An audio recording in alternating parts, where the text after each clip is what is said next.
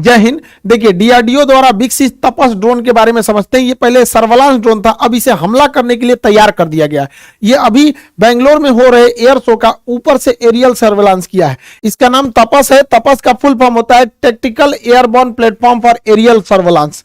तो टैक्टिकल का मतलब होता है कि बहुत ज्यादा दूरी नहीं, कम दूरी तक के लिए ये होता है। छोटे हमले को अक्सर लोग टैक्टिकल के नाम से हम लोग इसे जानते हैं। इसकी विशेषताओं के बारे में समझते हैं। ये एक्चुअल एक सर्वेलांस ड्रोन के रूप में इसे विकसित किया गया था, लेकिन अब इसे आर्मर ड्रोन के तौर पे तब्दील कर दिया गया। अमेरिका भी प्रेडिटर जो ड्रोन बनाया था वो पहले सर्वेलांस के लिए बनाया था, निगरानी के लिए। अब उसको क्या कर दिया, उसमें मिसाइल वगैरह लगा के हार्ड पॉइंट जोड़ के उसे घातक हथियारों से लैस कर दिया। आज दुनिया में सबसे ज्यादा तबाही वही मचा रहा है। तो ये जो हम लोग का तपस ड्रोन है, रुस्तम 2 का ये एडवांस वर्जन है, तो ये अब हमला करने के लिए भी तैयार रहेगा। इसे डीआरडीओ ने विकसित किया और बनाने की जिम्मेदारी एचएएल हिंदुस्तान एरोनॉटिक्स लिमिटेड को दे दिया। वो अपनी प्रोडक्शन फैसिलिटीज में इसका विकास करेगी और तेजी से इसे आगे बढ़ाएगी। इसके नंबर ऑफ मतलब आर्मी, एयरफोर्स, नेवी सबके लिए इसका प्रोडक्शन को आगे बढ़ाया गया। लगभग 76-74 के आसपास में इसका नंबर को अभी मांगा गया है, हालांकि और इसके नंबर्स को बढ़ाया जाएगा। शुरुआती परीक्षण इसका कर्नाटक में हुआ था। कर्नाटक के शुरुआत में इसका कोलार में परीक्षण हुआ। दूसरा परीक्षण जो पूरा बढ़िया से ट्रायल किया गया वो चित्रदुर्ग में।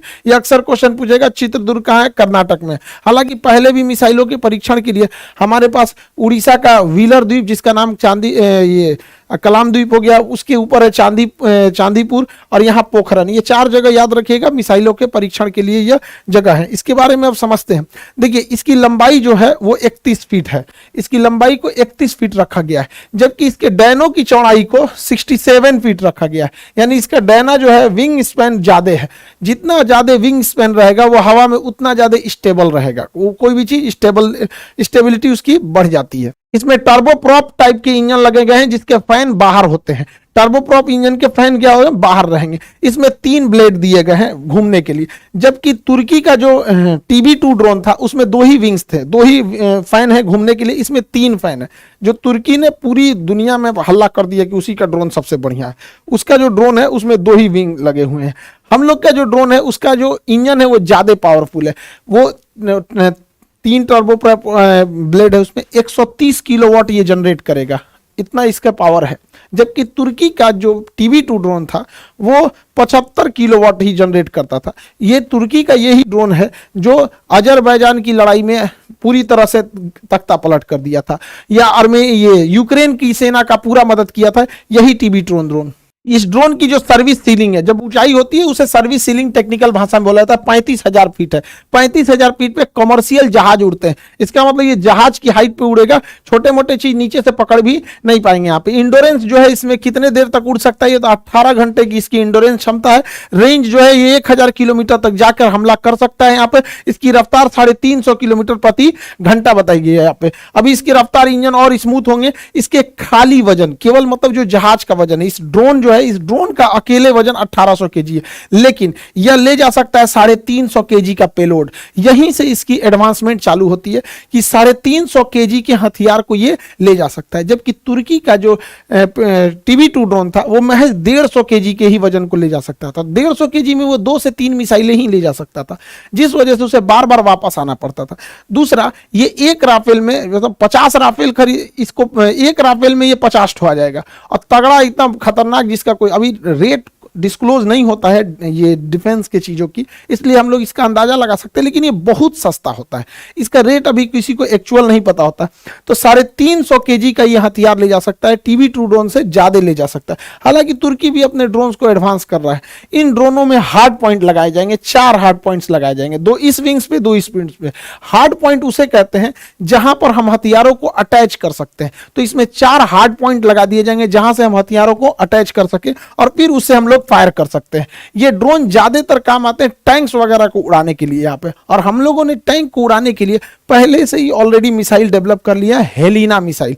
हेलिना मिसाइल टैंक्स के लिए एकदम घातक साबित होती है। अब हेलिना मिसाइल अकेले का वजन 50 केजी है। एक हेलिना मिसाइल का वजन 50 केजी है। तो अगर हम 7 ठो हेलिना मिसाइल लाद देते हैं तो 350 केजी टोटल वेट हो जाता है। और आपको पता है कि इसकी क्षमता ही जो है वो 350 केजी उठाने की है। यानी हम लोग एक साथ 7 हेलिना मिसाइल छोड़ सकते हैं, यानी वो करोड़ों का टैंक भेजो, हम यहां से ड्रोन भेजते रहेंगे। युद्ध नीतियां बदल चुकी हैं। यूक्रेन की लड़ाई और आर्मेनिया और अजरबैजान की लड़ाई ने यह साबित कर दिया कि अब जिनके पास ड्रोन टेक्नोलॉजी बेहतरीन है वही आगे निकलेगा। अब देखिए, ईरान जैसा छोटा देश जो डिफेंस के मामले में आत्मनिर्भर नहीं था, वह छोटा देश ईरान भी रूस को ड्रोन दे रहा है कि हमारे ड्रोन से आप यूक्रेन में मारिए। तुर्की जो भी हथियार के निर्यात में उतना नहीं प्रसिद्ध था, लेकिन उसने भी यूक्रेन को दिया मारने के लिए, और ये ड्रोन तख्ता पलट कर दिए, पूरी तरह से माहौल बदल दिए। ये ड्रोन बहुत सस्ते होते हैं, मेन लड़ाई इसी चीज की, बहुत सस्ते होते हैं। यहाँ पर ड्रोन में कोई पायलट नहीं बैठता, इसलिए ह्यूमन कैजुअलिटी का कोई बात नहीं होता है। तो ये आर्मर ड्रोन अब हो जाएगा, ये टीवी ड्रोन, और 7 मिसाइलों को ले जा सकता है। और टैंक का हाल ये हो जाता है, देख सकते हैं यहाँ पर। इसमें अलग तरह का नेविगेशन सिस्टम जोड़ा गया है। दुनिया के जितने ड्रोन हैं, मतलब ज्यादातर ड्रोन, जैसे TB2 ड्रोन हो गया और ईरान का ड्रोन हो गया, ये जीपीएस का प्रयोग करते हैं, और जीपीएस की कंट्रोलिंग अमेरिका के पास है। तो हम अपना आंख अमेरिका को नहीं न दे सकते हैं। तो भारत ऐसा है कि क्योंकि हमारे पास इसरो ने गगन सैटेलाइट सिस्टम छोड़ दिया, तो ये उस ड्रोन को रास्ता दिखाने का काम गगन करेगा। और गगन ऑलरेडी ट्रस्टेड है, हमारी नेवी यूज करती है, एयरफोर्स पहले से यूज कर रही है, जहाज हमारे इंडिया में जितने उड़ते हैं वो गगन को यूज करते हैं, जितने भी ट्रेन वगैरह का एग्जैक्ट लोकेशन के लिए भी हम लोग गगन का ही प्रयोग करते हैं। तो ये गगन सैटेलाइट हम लोग का है, तो हमारे इसके ऊपर कंट्रोल है, इससे इसका प्रयोग करना ज्यादा सही है। और ये पूरी तरह से भारत की निगरानी देता है। तो अब हम लोग कहीं पे भी हमला करने के लिए जीपीएस पे डिपेंडेंट नहीं है, ये पूरी तरह से गगन ड्रोन सिस्टम से ऊपर का इसका एंटीना सिग्नल ले लेगा और कहां क्या चीज हो रहा है सब कुछ पता कर लेगा। इवन कि ये आपस में लिंक भी होते हैं। अगर कोई कमर्शियल जहाज जा रहा है, इसको कुछ दिखाई दिया तो ये गगन को बता देगा, वो बता देगा ड्रोन को यहाँ पे। तो इन आपस में इंटरचेंज होने से रियल टाइम डाटा इजी पता चल जाएगा कहां हमला करना है कहां नहीं। अब जीपीएस में कोई डाटा मिल रहा है वो देर से मिलेगा। जैसे अगर किसी को बता दिया कि लखनऊ के ऊपर से एक जहाज जा रहा है, आधा घंटा बाद हम ये सूचना देंगे कि लखनऊ से जहाज जा रहा है, तो जहाज पता नहीं कहां जा चुका रहेगा आधा घंटा में। तो हमें जो भी जानकारी चाहिए रियल टाइम पे, अभी वो जहाज पिन पॉइंट कहां है। तो रियल टाइम डेटा के लिए हमारा गगन सिस्टम बहुत जरूरी है, और ये आपस में इंटीग्रेटेड है, सारी सिस्टम आपस में एक दूसरे से इंटीग्रेट है, जिससे हमें रियल टाइम डाटा लेने में इजी होगा। इसमें नेविगेशन सिस्टम में दुनिया का सबसे एडवांस नेविगेशन सिस्टम डाला गया है यहाँ पे। इसके कैमरे में बिल्कुल एचडी क्वालिटी को, लेकिन एचडी क्वालिटी ये देखने के काम में आता है। युद्ध में कितना अच्छा देखते हैं ये मतलब नहीं। जब दुश्मन को देख लेंगे तो आप भी दुश्मन को मार देंगे और दुश्मन भी आपको मार देगा। या सारी लड़ाई आज बियॉन्ड विजुअल रेंज है, हमारे नजरों से दूर की लड़ाई हो गई है, छुप के लड़ाई हो गई है, अंधेरे में हो गई है। तो अब वो एचडी काम नहीं आने वाला लड़ाई में, अब टेक्नोलॉजी काम आएगी। तो उसमें क्या काम आएगा, देखिए नाइट विजन यहां नीचे सर्वेलांस के लिए लगाया गया है।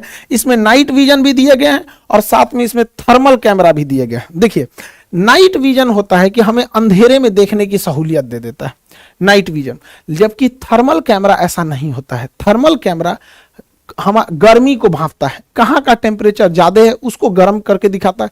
जैसे ये हिरन है, इनका टेम्परेचर ज्यादा था तो इनको इस कलर से दिखा दिया, बाकी के पेड़ पौधों का टेम्परेचर कम था तो उसको अलग कलर से दिखाया। तो ये होता है थर्मल कैमरा और ये होता है नाइट विजन।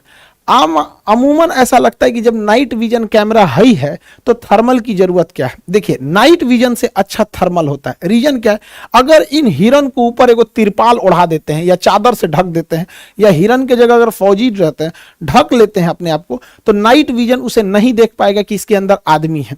और यही काम आ जाता है थर्मल कैमरा। अगर आप इनके ऊपर चादर से ढक भी देते हैं तो इनके बदन की गर्मी थोड़ी ना खत्म हो जाएगी, तो ये गर्मी को पहचानता है। इसलिए थर्मल कैमरा ज्यादा अच्छा होता है ये क्या नाम है डिफेंस के मामले में नाइट विजन से। लेकिन कब किसकी जरूरत पड़ रही है तो नाइट विजन में भी देख लेगा, दिख रहा है, थर्मल में भी देख रहा है, एकदम एक्यूरेट पता चल जाएगा। तो ये दोनों सिस्टम इसमें लगा के दिया गया है हमारे तपस ड्रोन में। निगरानी इसके जो नेविगेशन सिस्टम है बहुत बेहतरीन है। इसके अलावे अब देखिए, हमको जब आसमान में कोई चीज उड़ रही होती है तो हमें चाहिए, थर्मल कैमरा क्या करता है कि छोटी सी छोटी चीजों को दिखाने लगता है कि हाँ मुंह, यहाँ नाक के पास का टेम्परेचर ज्यादा है, हथेली का टेम्परेचर कम है, माथा का ज्यादा है, तो कई कलर से दिखाने लगता है। इससे कंफ्यूजन होने लगता है। इसलिए उससे बेटर है infrared sensor, IR sensor, infrared system. Infrared system में क्या होता है कि इसमें कंप्यूटर में सेव कर दिया जाता है कि ज्यादा टेम्परेचर को दिखाना है, बाकी को काला कर देना है। तो अगर इसमें सेट कर देंगे कि 400 डिग्री सेल्सियस को दिखाना है, तो देखिए कोई भी जहाज चलेगा तो उसका इंजन 400 डिग्री सेल्सियस होता है। या इसमें सेट कर दीजिए इसके सिस्टम में कि 200 डिग्री सेल्सियस से टेम्परेचर ज्यादा रहेगा तो ही स्क्रीन पे दिखाना, अदरवाइज में मत दिखाना। तो इसका पूरा स्क्रीन काला दिखता है, इस टाइप का काला दिखेगा। लेकिन जहां टेम्परेचर ज्यादा आया 200 डिग्री सेल्सियस से, तो जहां जहां उसको ज्यादा दिखेगा वहां वहां का डिजाइन बना देगा। तो देखिए जहां जहां टेम्परेचर इसको ज्यादा दिखा उसका डिजाइन बना दिया, पता चल गया इस पूरा जहाज है, बाकी पूरा ब्लैक रहेगा। समझ में आ गया कि नहीं? इसमें देखिए यहाँ टेम्परेचर ज्यादा, यहाँ ज्यादा, यहाँ ज्यादा, यहाँ ज्यादा, तो उसी हिसाब से बना देगा। तो इसका स्क्रीन है पूरा ब्लैक रहता है। इंफ्रारेड वाले में यही खास है, पूरा स्क्रीन ब्लैक। अब जो आ गया सीधे मारो, जो आ गया मार दो यहाँ पे। तो इस पे इससे भी अटैक करने में इजी हो जाएगा। यहाँ पे देखिए इसका टेम्परेचर ज्यादा था तो पकड़ लिया, तो इंफ्रारेड। तो नेविगेशन की कितनी बेहतरीन व्यवस्था रखी गई। लेकिन ये सारा नेविगेशन फेल हो जाता है, जानते हैं कब? जब कोई जहाज ग्राउंड पर हो और उस ग्राउंड के जहाज का इंजन ऑफ हो, तो पकड़ना काफी मुश्किल होता है। तो अभी के समय में सबसे एडवांस टेक्नोलॉजी है वो है synthetic aperture radar. Synthetic aperture radar कैसे काम करता है उस सिस्टम को भी इसमें दिया गया है, सिंथेटिक अपर्चर रडार को। अब समझ में आता है आत्मनिर्भर का फायदा क्या होता है। ये सारा सिस्टम इसरो ने दे दिया है, सारा सिस्टम इसरो के पास है। सिंथेटिक अपर्चर रडार तो कुछ इसरो ने दे दिया, कुछ DRDO ने दे दिया, कुछ HAL ने दे दिया, पूरे मिलके आपस में काम करते हैं सब। तो सिंथेटिक अपर्चर रडार क्या है? ये देखता ही नहीं, अंधा होता है। सिंथेटिक अपर्चर रडार वो अंधा की तरह काम करता है। अंधा कैसे? ऐसे छू छू के निशाना ऐसे छूता है, अरे क्या चीज है, ओ हो कोई आदमी खड़ा है, ऐसे टच कर लेता है। वैसे ही वो वेव छोड़ता है, तरंगों को छोड़ता है। अब जैसे हमारे ऊपर कोई तरंग छोड़ेगा तो नाक से जो तरंग टकराएगी वो पहले ही चली जाएगी, जो गाल से टकराएगी वो थोड़ा बाद में जाएगी, क्योंकि नाक ऊपर है गाल नीचे है। तो उसी तरह से अलग अलग जगह से टकराएगी तो अलग अलग तरंगे उठेंगी। जैसे सिंपल सी बात बताते हैं, हम आटा सान लेते हैं, ठीक है, आटा सान के अपने मुंह पे इसे चिपका देते हैं इसे। और जब इसको नोचेंगे तो मेरा थुथुर का चेहरा उस आटा में चिपक जाएगा, तो पता चल जाएगा कि हाँ इसका सांचा ले लिए हैं। यही काम करता है अपर्चर रडार।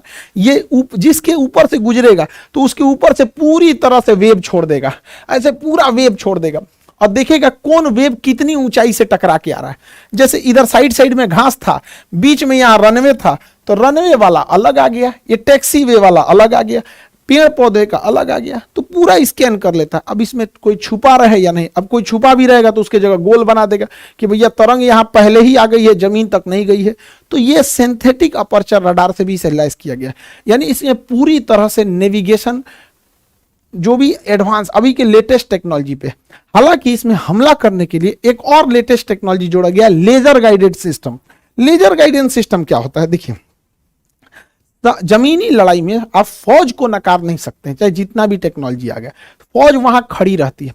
कई बार फौज को दिख जाता है कि वहां दुश्मन का तोप है, वहां दुश्मन का टैंक है, वहां दुश्मन का बस जा रहा है, ट्रक जा रहा है, तो वो फोन करेंगे, अरे दुश्मन का ट्रक उधर गया है, आओ आओ आओ आओ।